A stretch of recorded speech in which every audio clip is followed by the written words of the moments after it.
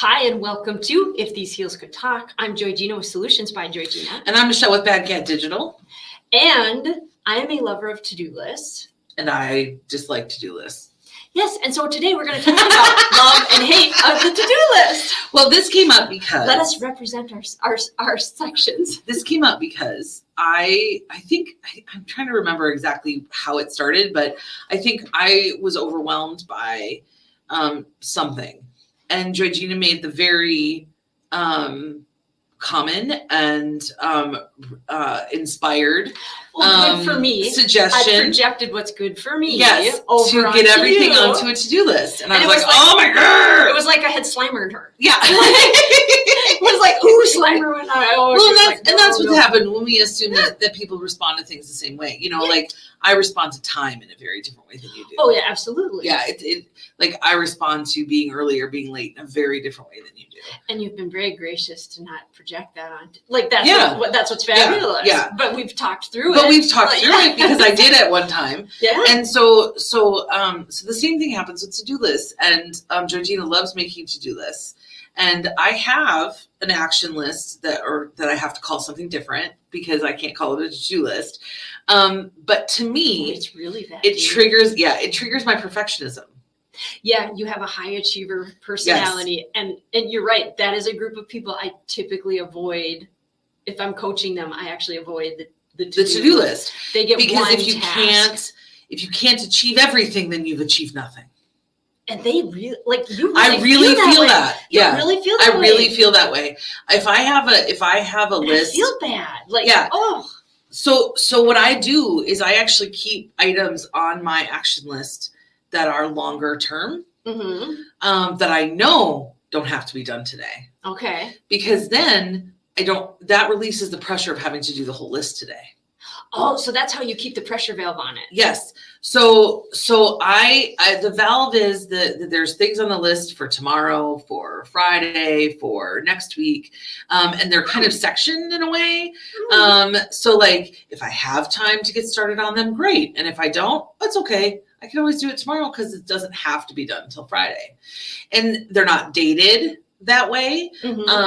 It's one of those like mental tricks because it looks like everything else on the list. Yep. So that way, if there is something I was supposed to do today that just didn't get done, it can roll. It can roll to tomorrow because, frankly, in business, if you do something at 6 p.m. or you do something at 7:30 a.m., it's basically the same thing. Yep. Yeah. And when is your brain better? And my brain is not better at 6:30 p.m. Yeah, that's just it. It's no. Yeah. I stopped sending emails around 9 because so it triggers the perfectionist in me because I want to make sure I have achieved everything on the list. I have gotten it all done. And yet when I do in this less pressure space, the list is literally never done. It's never done. Because it rolls. Right. And so that's okay. Because then I can celebrate the tasks instead of the whole. That's interesting. It's frankly ridiculous. When I say it out loud, I'm like, oh my gosh. No, this is how the brain works though. Yeah. Like that's the part I'm just tricking it. Right. We're working within the confines of the neurology that we have. Yeah. That's really that's always the ongoing conversation. And so for my neurology, for the brain that I got, if I'm not making a variety, I have a variety of lists that are appropriate to particular things. Yes. So I'm collecting the data. This is how I have to think of ideas and things that I'm working on. I'm trying to catch the thoughts as they run by. Yeah. Because they will run and they'll fall right off. And I might not get them back for a week or two. Right. And they really need to be attached to this project. Like they would be important. So this weekend's a really good example of that. I'm doing the community retreat thing that I do quarterly. And I have a one main list, and then there's a couple of like hybrid lists that deal with the projects I'm doing and the food that go with it. But that got started almost a month and a half ago. Yeah. And and it sits on my table. And as I'm wandering by, I'm like, oh yeah, that's right. I thought about this thing. I can't forget. This morning, because you have like a list and then you have like sub lists. Oh yeah. Yeah. And I'm okay. See, for me, they're gathering the running thoughts. Right. Otherwise, so there's not an expectation that everything on that list. Every once in a while I do that though. I'm like, okay, I can't forget any of these things. And I've got this list that's like this long. And because of my time blindness, I actually have a concept that I can finish that. Yeah. And that's where lists will get me in trouble. Yeah. Is when I look at it and actually think I'm going to get all that done in one day. Yeah. And then I get to the end of the day and I'm like, you're maybe a third done. Oh, and I'm just like, you're such a failure. You can't get anything done. You should just go get the 9-to-5 job. Like you'll never get ahead. If I'm on the wrong day and I've attacked a list, it can be a not positive experience, which I know for some people lists are life. Right. Absolutely. And I'm not those people. It's a little bit different. I know, having worked with them, it's a little bit different than my reason for grabbing data as it's going by.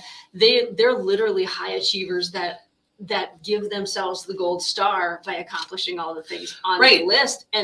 But they also are careful to make sure that their list is accomplishable. Yes, they have. And they can, most of them were employed. Yes. And so they could choose that or delegate it out. Right. If they couldn't finish it. I loved this. I had one client. She would just like at the end of the day, oh, so-and-so would do it. And then her assistant could never get it done. Right? Like there was no human possibility in the half hour you gave her. She was going to, like be able to get, and then she'd be, oh, she didn't get this done last night. And I'm like, you couldn't have got, like, that was one of the things we had to work on for the longest time. I'm like, your expectations of others is wildly disproportionate to your expectations of yourself. I'm like, you can't. That, if you couldn't get it done, she can't get it done in that amount of time. Like, it's just how it is. Yeah. You didn't delegate it in the morning. You delegated it at the end of the day when you weren't going to make it and you needed to feel your anxiety was kicking up because this list wasn't getting ticked off. Right. Right. I thought that I'll add this comment. It's kind of funny. So I've always been, everybody's used to my list. And truly in our family, my mom, this is an acquired gift from my mother. And my mom is pro, like she is super pro about it. But it's really funny after my first marriage ended and so forth, I was chatting with him about things and he goes, you're not going to believe this. He goes, I have to make lists for like when I go on vacation and stuff. He goes, you so corrupted me. He goes, I can't That's he even said his new wife was like, what are you doing? He's like, I'm making a list. And she's just like, you don't make lists. He goes, I do when it comes to like 3 things. And he goes, and I just got used to this. This was, and he said, it works really well. He goes, I couldn't believe I was making my own list. And I'm like, yeah, it's honorable. I think, and it's not that lists haven't helped in the past. I think for me, I edit them quite heavily. So like, for example, when I first started going on quilt retreats, I had a checklist that I had pulled off of some blog post somewhere. Right. And I relied on it for the first 2 or 3 retreats I went on. But then I got to the point where I didn't, like I had it kind of in my head and I didn't really need it anymore. Yeah. And I can hold some of those things in my head. You have that kind of memory. That's the other thing is your lists are incredibly minute. Like you will give me a list of 5 or 6 tasks for the podcast and they are very detailed and minute. It's every and on my to-do list is one item that just says post podcast and there's 6 subtasks within that, but they're not spelled out on the list because I know what they are. They're the same every week. So that's a really good point. Yeah. So I don't feel the need to break routine or repeated tasks down into multiple steps. And I think you do. I do. Very much. Because all those thoughts that are running by that I'm trying to catch are running by all the time. Right. And so it's very hard in that moment to make sure that I've done the 10 things that have to happen. Right. About this, 2 or 3 are going to. I remember one of my first high school jobs was actually I worked at a Ben Franklin. I loved Ben Franklin. Oh, and it had the hardware store in the basement. It had the fabric shop. I used to ride my bike to Ben Franklin and buy like embroidery floss. Yeah, that's what it had clothing. It had pets. Like it was the place. It was the place. It was, and it had a luncheon area. And I would the Ben Franklin 5 and Dime. Yes, the fountain. It had the fountain area, and they would circulate me over there periodically. They did learn to probably circulate me less there. That wasn't in my strength, and in particular, it wasn't closing. Sure. There was this huge list of things that had to be done, but nobody wrote it down. Oh. She would run around. I remember the woman, and she would run around and be like, and then you do this, and da-da-da, and this has to be unplugged. And I was like, after like item 10, I'm just like, yeah, you're done. Oh, this is. And so I can't tell you how many pots of coffee got left on and cooked to the pot. Cooked to the pot. Just little tiny things like that. Things not unplugged. something not cleaned, a Yeah. dish left in the sink, the trash didn't get taken out, or the trash got taken out but the recycling didn't, yeah, or the trash got taken out but the liner didn't get replaced. But they finally got that. And at one point I did make the list. Like I walked around with her and I had the notepad and I like made the list. And then she got mad at me for that. She's like, you have to know these things. No. And I'm like, that's not. And here's the thing. I mean, in food service, it's a standard to have a closing checklist. Now. Yeah, it's a standard now. So this is what you were asking for was not out of line. It wasn't. And most places. She's been doing this her whole life. So. Yeah, most places had more than one person close. And so you sign off on who does what, because it's very, very, very, very common. Yeah. Very common that people will come in the next morning and be like, who closed last night? This is a mess. Right. And you know, because there's not typically now, especially, there's not a whole lot of time. People get scheduled 15 minutes to open a store. Yeah. Because all of the cleaning and all of the closing stuff was supposed to be done. All of the restocking and everything was supposed to be done already. So you can just walk in and open up the door for customers. And if you can't, it's a big deal. Yeah, it definitely hinders. I have seen to-do lists gone very awry. Yes. I see people get hijacked by them. And so I just, having worked in the organizing industry and been around a lot of people that wanted to talk to-do lists, I really did see a wide variety, and I have tried a wide variety. What I will tell you is how you organize your time and how you organize how you get things done is going to be unique to you. You're going to be similar to a group of people, and you need to find your tribe. Mm-hmm. You need to find your like-minded people, and then you need to learn from them. Yeah. But you got to and it works easier in people than just books. What I find is a lot of people want to read one book and then apply the Covey system or apply, and that's great, but it might not be your neurology at all. Right. And it'll go bad in a lot of ways. Yeah. And you might have put a lot of time and energy into implementing it and money and feel like because you can't implement it, you don't want to do that again. And then you give up. And then you give up. And a lot of times when I was working with people, and I still have these conversations, it's like, okay, what worked in that? Right. What can we take away from that was valuable? Okay, let's do that. Now let's look at, some of what's things. Next. Right. So I know that your to-do list in general is divided by kind of large projects and then broken down into smaller items within those large projects. Yes. Yes. Yep. And then are those projects organized by client, by day? No, they're more just like on one long sticky note. I did learn to make sticky note lists. Okay. So that I could move them from day to day. I have a daily printed calendar. So you have kind of a calendar for day, and then you have tasks on sticky notes, and then so you can move them. For me, on that day, I had to start keeping track of my time each day. Yeah. 1, to bill it. Right. And 2, to not get at the end of the day and go, I didn't do a damn thing today, and beat myself up. Right. So I do a handwritten every hour, every half hour, actually, what I'm doing. But up in the top corner of that is the 3 things I'm going to get done today. So I might have this long list. So if I'm sitting on hold, oh my God, I'm like over there on the list going, ooh, I can text this person while I'm on hold, and I can do that. I can delegate that out. Like I'm dealing with stuff over here, but there's these 3 things that I'm going to do today. These are things. So when I am like all of a sudden eyeballing other things on the list, I'm like, ooh, that's sparkly over there. That'd be way more fun. I'm like, okay, have you done your 3 things today? No, I got to go back to my 3 things. Yep. And it might not be even getting them done. It might just be, I have to move a chunk of that. I have to move this. Yes. Like this has to move forward, and I have to have made all the calls necessary. Like I have to have touched this. Yes. So I do mine by, because I do have, the business, have like internal business, like things I have to get done for the business. I have things I have to get done for clients. I have things I have to get done for white label clients. I have volunteer things and things I do for community organizations. So because I have these kinds of buckets of types of tasks, that's how I organize it. So I organize it by, these are things that need to be done internally. These are things that need to be done for clients. These are things that need to be done for this volunteer organization, right? Like these are. And how does your mind know? Like in that system, as soon as you described it, I went, oh, I'd get stuck on the bucket that I would enjoy the most. Okay, so you're right. I do get stuck on the bucket I enjoy the most in that time, but it's okay.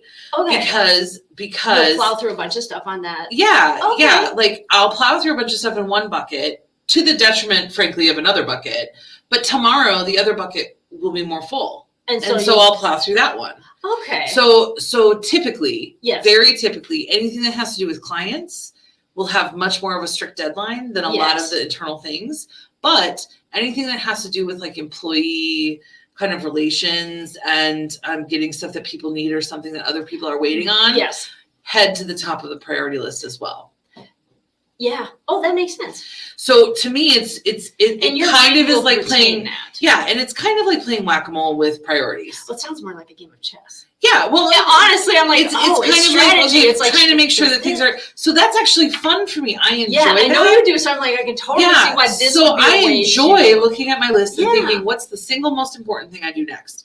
And I will start a day, and I will look at my list, and if the list is really long, I'll highlight it because I get a new list every day. Okay. And all of the things that I accomplished the day before get taken off the list, and all of the things that got added the day before get added to the list, right? So like, even though they're same tasks, I've had some tasks on my list for 2 weeks. Yeah. Okay. And that's okay. Yep. Because they're not urgent. They're kind of fiddly. I don't really want to do them. I literally will get to them someday, but it's going to have to be like a Sunday morning, put a movie on in the office to get it done. And there kind are of thing. Things that need that. And there are things like that. And I will have the opportunity to do that probably this weekend. And that's probably when it'll get done. Yep. And that's okay. So, but it is like strategizing because I get to look at it every single time I get done with something and cross something off. I get to look at it and say, what's next? I like that. What's the next most important thing? What's next? And to some people, that is the complete antithesis of a list because you want to not have to think about what's next. So you put it on a list. Yep. And to me, I was missing things that were really important on a list because stuff comes up all the time. Yes. And so I was constantly being distracted by the new and shiny, the thing that just walked in the door, and leaving out the important stuff. So what I call it is letting the urgent crowd out the important. Oh, that's a nice way to put So that. your top 3 things that's my way. are your important things. Yes. This has to get done. This has to get done today. So it doesn't matter who emails you and tells you that their website is down. It doesn't matter who. They're going to get you will be responded to within the next 48 hours and we will address this. Yeah. It's not, you're not in the. You're not the most important thing. So the urgent things, the things that, and frankly, when you work with clients. Yes. A lot of things are urgent to them. Everything is urgent to them. Well, but more reasonable clients understand and prepare, and they're not super urgent. But a lot of things are urgent to them, and you want to respect that, and you want to acknowledge that, and you also want to, at some point, say, your lack of planning doesn't make an emergency on my part. Well, and I have 10 of them all at once, so I can't run to all of those fires at once. You can't run 2 fire engines. Like this is all. Yeah, this is all I've got. So, and we're bound by resource as well, because we have, at the end of the day, everything is bound by resource, right? So you want to treat things urgently, address things urgently. Yes. But still not allow the important things that have to get done to be crowded out because otherwise there's just more fires tomorrow. Yes. There's a couple of things I would add to this that have evolved as a business owner and so forth. Remember, I talked about how my memory works. Yes. Stuff comes in, stuff comes out. The same is true of follow-up. I've emailed you. I'm anticipating you're going to email me back. Okay, I work with a neurodiverse group. Yeah. It's not like that. So it's very interesting. I have a really good CRM that's totally integrated with my email system. So when I email something out, I then actually make a reminder. Yes. A week from now, did I hear back from so-and-so? And that goes on your calendar or that it goes into your automatically email? goes onto my calendar. Perfect. And then and we go through that list. Did we hear from them? No. Okay. They need to be pinged again. I love that because it sets yourself up for success. It does. There's no way, because otherwise it happens to me too. Once I've emailed you about something, it's out of my head. Oh, it's I tossed you the ball. I tossed you the ball. Why are you yelling at me? Like you got it. And then it's just like, well, I didn't respond to that. And I definitely, I've been retrained. I'm getting retrained about how, yes, I can delegate it out, but it has to be followed up. Like there has to be some string attached to it that's on a calendar that's going to come back. So that's been really helpful so that there's not this, because I used to have a waiting for list. So I'd email something out and there would be this long waiting and I'd add it to that. And that wasn't effective. So that's when I figured out that I'm like, okay. The calendar invite. And the CRM. It's just like, here's this. That's fantastic. So that's what I love about this is you can kind of create, like if it's working mostly. Yes. Because we're constantly tweaking. I'm constantly tweaking. Well, and they make new softwares. And so, I've noticed I write certain things out, but I'm also equally, I think I'm 50-50. I'd say 50% on a piece of paper, but 50% lives. If I want to catch it, make sure I never forget it. Right. It goes electronically on that to-do list and then it gets retrieved off of there and put onto a piece of paper when it becomes. And I need paper. It's a digital company. I still need paper, but this is really, it's part of my brain, and it's part of, writing things and looking at something physical and having it sit on my desk instead of open on my desktop with all of the crazy that's open on my desktop. Then it just melts into the wallpaper, literally. Yeah. Because there's so much crazy and crap there. What if it's in front of me in paper? It's got a reality to it that it doesn't seem to have for me when it's digital. And by the way, this is exactly the same for grocery lists for me. Paper? Like paper. It's all about the paper. Like, this is why I still like writing checks out instead of sending e-payments through my bank. Like, it makes it feel more real to me. It does. And it feels more like money. Money leaving. And it should hurt. It should feel like money. Yes. So all of these things feel more tactile. Like, I'm very tactile, and so they feel more real to me. But not everybody's like that. And so a lot of digital tools are set up for people who are not like that. Right. They're how your brain works and how you connect and what help you be motivated. Like, if I used the tools that I had the way that they could be used, I could be making a to-do list straight out of my email, because Google has that function where you can just hit task. Yeah, you just hit task and it adds it to a to-do list on the right-hand side of your browser. The email with right next to the thing. It's so nice. Yeah. But I can't do it. It wouldn't be of value. That's what you got to get. It's not a value. There's all of these tools, but if you don't use it, or if it makes you angry or creates emotional riff, right? It's not valuable. It's not valuable. And the other thing to understand is, and there's nothing wrong with you, right? Nothing wrong with me. Nothing wrong with you. I was just gonna say, we're beautiful. Just because there's this tool that was created for, 15% of the people out there who are engineers, or 80% of the people out there who are not.